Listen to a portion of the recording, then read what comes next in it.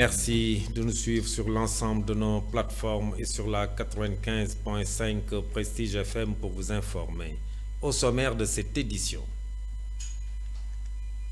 Ce lundi 27 janvier 2025, la communauté mouride célèbre le Magal Kazu Rajab. C'est en commémoration de la naissance de Serigne Fallou Mbacké.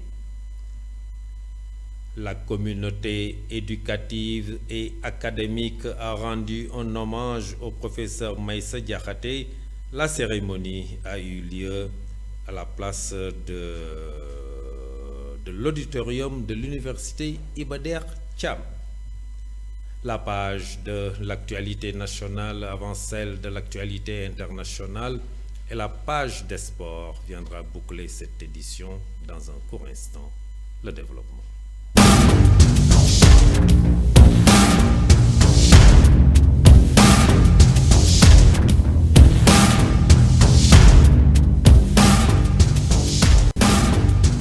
Mesdames, mademoiselles, messieurs, bonsoir et bienvenue dans ce journal. Ce lundi 27 janvier 2025, la communauté mouride célèbre le Magal Kazu Rajab en commémoration de la naissance de Serigne Fallou Mbacké, deuxième khalife général des Mourides.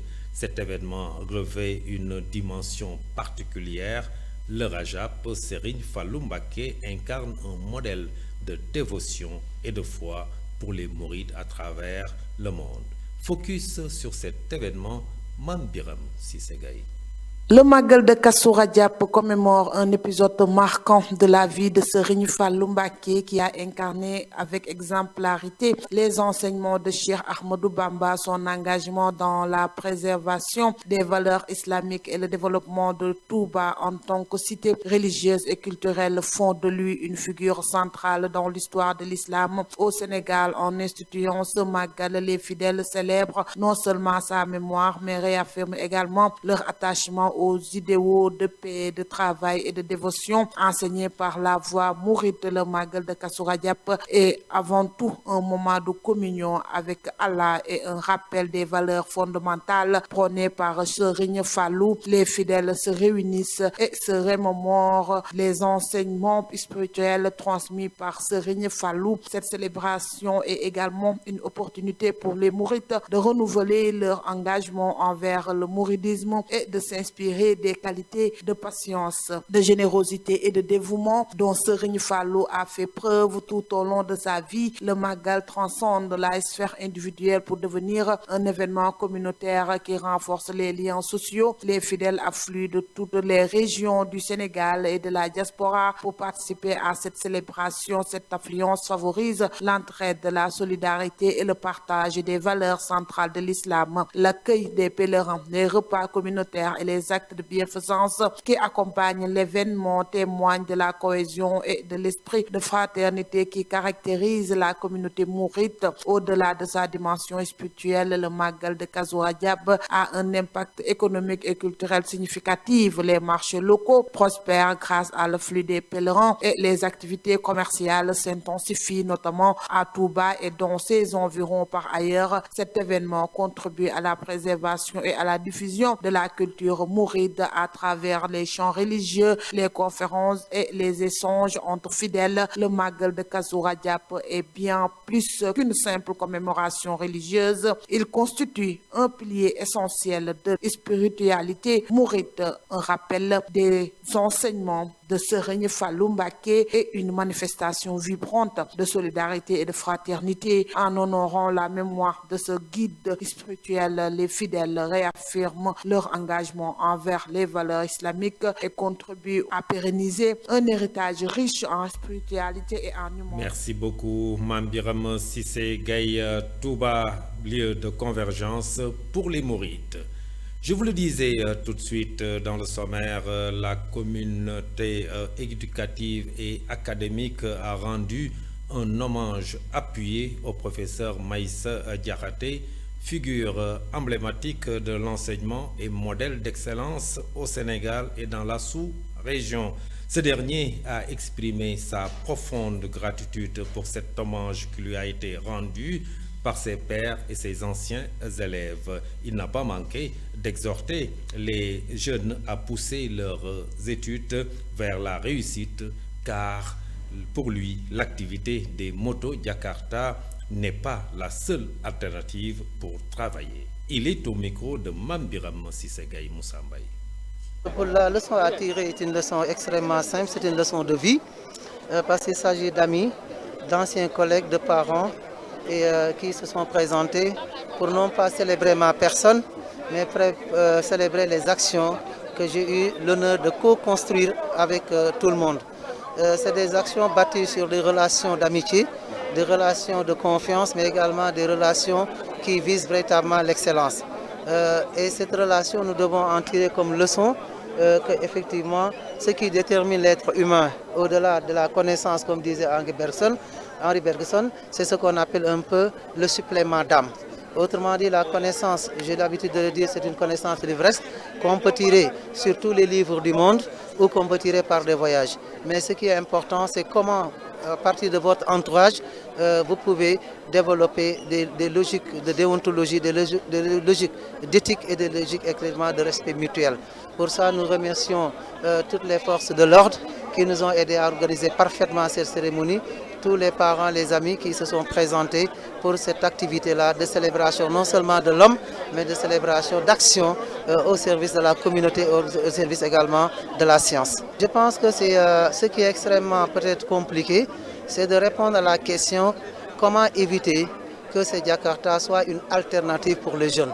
Je pense que toutes les sommités qui ont abordé cette question ont développé des logiques de réflexion pour amener les enfants à croire en tout cas en eux-mêmes, à croire à un certain nombre de valeurs autour desquelles la République est construite, en termes également d'employabilité et en termes de recherche de l'excellence, pour ne pas utiliser des métiers comme alternatives alors qu'il pourrait... Restons sur cette cérémonie d'hommage au professeur Meïssa Diakhaté qui s'est tenue à la salle de l'auditorium de l'université Iba Der Thiam de Thiès. Bamba Baladé, membre du comité de pilotage de cette initiative, est revenu sur les raisons de cette initiative. Le voici au micro de Mambiram Sisegay Moussambay. Mais vous savez, le professeur Meïssa Diakhaté est un grand homme. Donc on peut dire, il n'est pas trop connu ici au Sénégal, mais il est bien connu dans la sous-région. Parce que nous tous nous savons qu'il a même écrit un manuel aujourd'hui que l'administration sénégalaise utilise pour le bon fonctionnement de l'administration. Pour vous dire qu'aujourd'hui, si un homme fait un excellent travail, s'il sert sa communauté, son pays, il faudra le rendre hommage de son vivant. Il ne faut pas attendre dès qu'il sera décédé ou pas pour pouvoir le faire. C'est pour cela que ce comité est composé des anciens élèves et amis du professeur qui ont pris cette initiative pour le faire. Et on voit que aujourd'hui, on voit ce que les Thiessois, les Dakarois et un peu partout sont déplacés, rien d'autre, pour manifester vraiment la reconnaissance qu'ils ont à faire le professeur Meïssa Diakhaté. Le professeur Meïssa Diakhaté est un modèle, est une référence de toute une jeunesse africaine. Donc aujourd'hui, la leçon qu'on fait tirer ici, nous en tant que jeunes, c'est faire de l'éducation notre arme la plus fatale. Parce qu'aujourd'hui, on a vu sa présentation, l'homme et l'œuvre. Ça montre qu'il est dans tous les bords, que ce soit dans l'éducation coranique comme dans l'éducation de Jules Ferry. Ça va nous motiver, nous, en tant que jeunes, de pouvoir nous armer de l'éducation pour un jour pouvoir, comme le disait le professeur Cheikh Anta Diop, arrivez-vous de sciences du sport. Cap maintenant dans le département de Tivaouane où les habitants du village de Ndari et des communautés riveraines directement impactées par les activités des industries chimiques du Sénégal, les ICS, ont exposé devant le ministre de l'Environnement et de la Transition écologique en tournée dans la zone leurs préoccupations. Une situation grave et préoccupante qui touche les populations impactées et se résume en un drame humain et écologique qui mérite des actions concrètes et immédiates.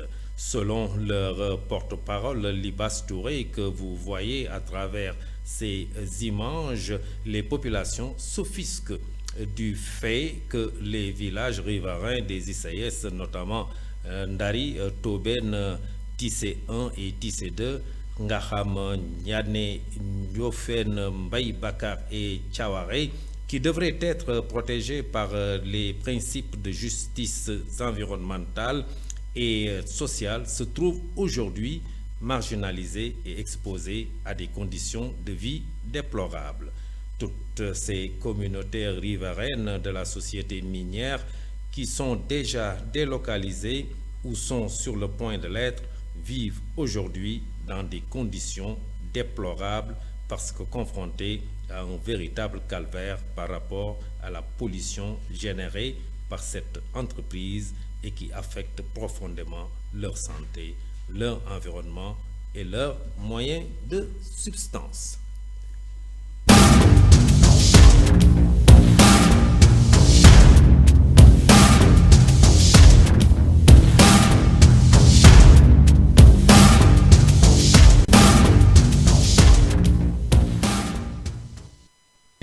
Nationale sécurisation urbaine, la police nationale mène une vaste opération à Dakar avec l'interpellation de 201 individus pour diverses infractions. La page de l'actualité nationale, c'est avec Mambiram Sissegaï.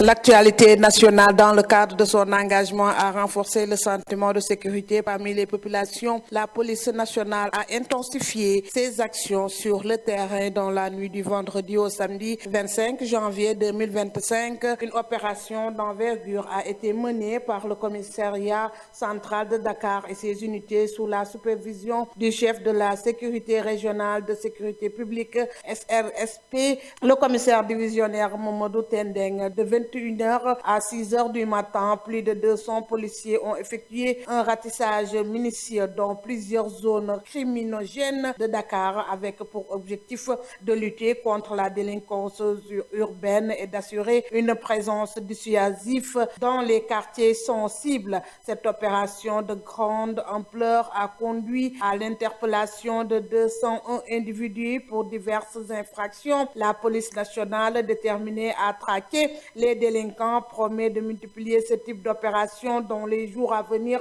afin de réduire les actes de délinquance et de garantir un environnement sécurisé pour les citoyens. Par l'autre chose, l'Alliance des forces de progrès AFP en phase avec le tandem Diomaye Sonko pour la reddition des comptes. Cependant, l'état des lieux ne doit pas être un règlement de compte, selon le porte-parole de ce parti. Interpellé sur l'affaire Farba Ngom, le député Mbaye Dione a dénoncé l'immixtion du chef de gouvernement pour le chef de la délégation de l'AFP au Magal de Kazoura Diap. Il n'appartient pas à Ousmane Sonko de condamner un citoyen parce qu'il n'est pas ni ministre de la justice, ni procureur, ni juge, mais il appartient plutôt à la justice de notre pays de condamner ou d'acquitter un citoyen. Le gouvernement a d'autres priorités, dit-il, que de s'immiscer dans des questions judiciaires. Le parlementaire invite le Premier ministre à laisser la justice faire son travail et à arrêter de menacer les Sénégalais. Terminons avec la coordination des amicales de l'Université du Sine Saloum. El Hadj Ibrahima Niass a entamé aujourd'hui une grève de 2 jours, les lundis et mardis, pour déplorer leurs conditions d'apprentissage et alerter les autorités. Dans un communiqué de la CAE-USN, déclare: depuis plus de 10 ans, nous sommes confrontés à des conditions d'études indignes. Face à ce contexte alarmant, les étudiants exigent le rejet total des inscriptions pédagogiques en ligne et présentielles de la promotion 7, la finalisation et livraison des chantiers de l'USN et la reprise effective du campus de Fatick.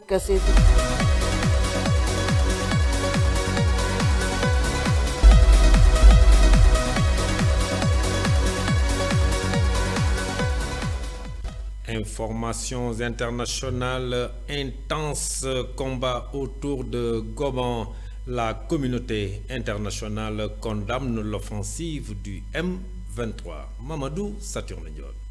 La situation demeure dramatique dans l'est de la République démocratique du Congo. La ville de Goma est encerclée par les rebelles du M23 soutenus par les troupes rwandaises. Entre 3 000 et 4 000 soldats rwandais auraient renforcé les forces rebelles. La ministre congolaise des Affaires étrangères parle d'une déclaration de guerre alors que les rebelles du M23 et leurs alliés rwandais se rapprochent de Goma. Le Conseil de sécurité de l'ONU a réclamé hier dimanche le retrait des forces extérieures de la République démocratique du Congo. Restons toujours dans la région des Grands Lacs où des tirs ont été entendus aujourd'hui lundi à 27 janvier jusqu'au centre-ville de la capitale du Nord Kivu. Le groupe M23 et des effectifs des forces spéciales rwandaises étant présents dans plusieurs quartiers de Goma. La veille, le secrétaire général des Nations Unies, Antonio Guterres, a directement mis en cause Kigali après une nouvelle journée de combat dans l'est de la RDC. Une réunion d'urgence de la communauté d'Afrique de l'Est devrait avoir lieu dans les prochaines 48 heures en présence des présidents de la RDC et du Rwanda. Bouclons ce rapide survol de l'actualité internationale au Moyen-Orient. Au Liban, 20 civils et 2 soldats libanais ont été tués et 125 personnes, dont 9 enfants, blessés lors de tirs israéliens sur des habitants qui tentaient de regagner leur village occupé par l'armée israélienne, censé achever ce dimanche 26 janvier son retrait du territoire libanais. Le président français Emmanuel Macron a rappelé au respect de l'accord de trêve entre Israël et le Hezbollah.